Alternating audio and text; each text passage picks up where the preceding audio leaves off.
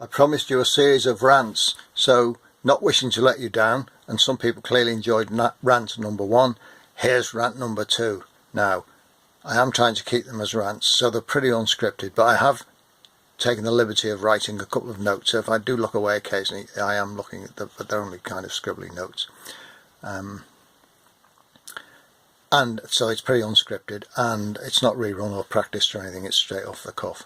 So it really is generally a pretty good rant, really. So here we go, rant number 2. I'm in Croatia, and unfortunately my unlimited data roaming has run out, so I can't post this until tomorrow. And I'll have to post it in the cafe, which is a Croatian cafe, but I'll be having Italian coffee and an Austrian or Viennese strudel with some Croatian people and a couple of German people, I guess. And of course the EU makes all this possible. I'm going climbing tomorrow. I met a German guy today. He said call him Walt. His name clearly not really Walt, but it kind of works for us because whatever his name really is, I'm sure I couldn't pronounce it. Walt's a drummer with a band. Makes you think of that old joke, doesn't it? You know, what do you call a nut who hangs around with musicians? A drummer. A hanger-on who hangs around with musicians. A drummer. This guy's a drummer, but he's also a climber. He's had a couple of months holiday on his very small boat, having a sail around Croatia and climbing various bits, but he's not really that keen on free climbing. So I volunteered to go and climb with him tomorrow, which should be fun because I haven't climbed for about 30 years, and when I did climb in the Marines I wasn't very good or very confident, so that'll be quite good fun, but I'm probably a bit less nervous now than I was then, so should be fun. And again, the EU makes it possible, doesn't it, for a German guy and a British guy to meet up in Croatia and go climbing without any hassle, without any fuss, and no exchange control regulations and all of that malarkey. Anyway, what I want to talk about really this evening is beliefs, because beliefs are really interesting, and I've spoken to quite a lot of people over the last couple of days, partly prompted by my first rant, but not entirely. And you know, I do have quite a few friends and acquaintances around the world, so and you know, free phone calls have been invented, so, and Messenger and all that. And it's really very clear to me that an awful lot of people voted to leave the EU because of mistaken beliefs.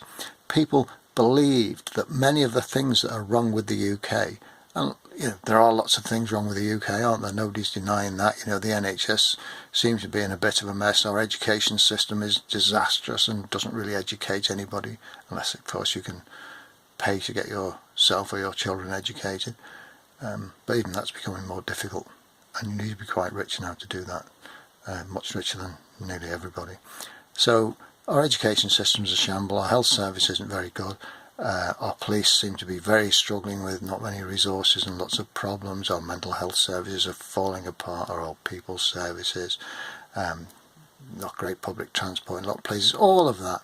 And people clearly are blaming the EU for that, when the reality is that none of this is actually anything to do with the EU. All of these things have come about because of incompetent British governments that have made a whole series of bad decisions over many years. But people believe that the EU is at fault for all of this. Why do they believe that? Well, there's been some debate about, you know, only old people, only stupid people, only uneducated people voted for leave. Not true at all, obviously, but there has been a huge campaign now for many years run by you know, lots of powerful media outlets, newspapers, TV channels, radio channels, all sorts of things, which has been very anti-EU and has convinced a lot of people that all Britain's faults are the fault of the EU. In fact, very few or almost none of them are. They're all down to incompetent British governments. Why are British governments so incompetent? Well, I've been thinking a bit about this today.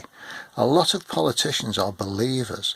They are people who have beliefs. And beliefs are funny things, aren't they? Political beliefs are like ideology. This is what I believe anyway. So people believe in monetary policy, or people believe in free markets, or people believe in Trotskyism. And basically they have a set of ideas that they've picked up from somebody else or read in books or got from university or something, and they believe that their ideas, their beliefs, are the answer to everything. So they apply them rigorously, even when the result of applying them is shambolic and disastrous. Okay, and there are hundreds of examples of this, and most of our politicians are believers. Margaret Thatcher was a great example, wasn't it? She was a great believer in herself, but she also was a great believer in monetary policy, and well, we all saw the results of all of that. And our more modern politicians are the same. You know, Tony Blair, Theresa May.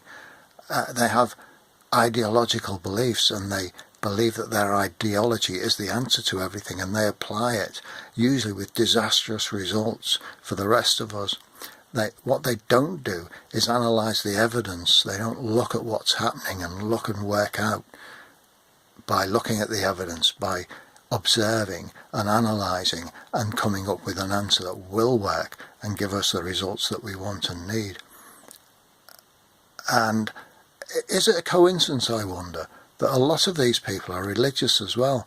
And that's another set of beliefs, isn't it? You know, whether you're brought up as a Muslim or a Catholic or a Protestant or a Rastafarian, these are beliefs which are usually pushed onto people at a very young age when they're vulnerable to believing anything by their parents. So, you know, people who are adherents of a particular religion, even though it's clearly barking to anyone who analyses it and looks at the evidence, they're really convinced it's true and they live their lives by it.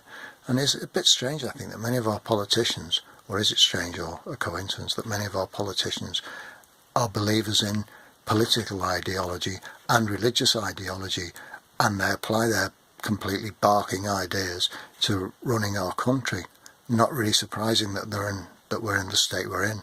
And sadly, what they're increasingly doing is surrounding themselves with true believers who believe in the same stuff that they do.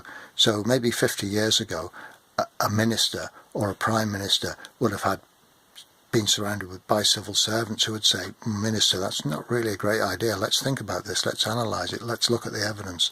Now they're surrounded by people who believe in the same nonsense, often crazy, mad beliefs that they believe in. So there's no one to hold them in check, and we've seen the disastrous results of that, haven't we, a few times in recent years.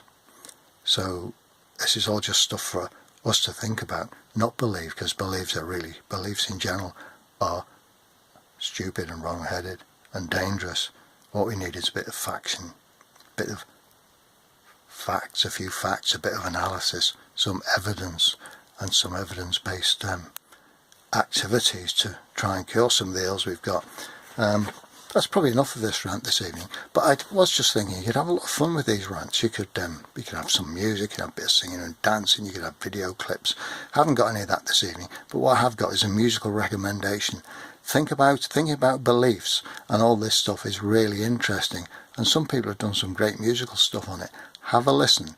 If you don't know it, or you're not familiar, or even if you are, have a listen to a song called The Last Resort by the Eagles from Hotel California. It looks into all this stuff in some interesting detail. It's very thought-provoking, and it's a great piece of music. Enjoy it. Good night.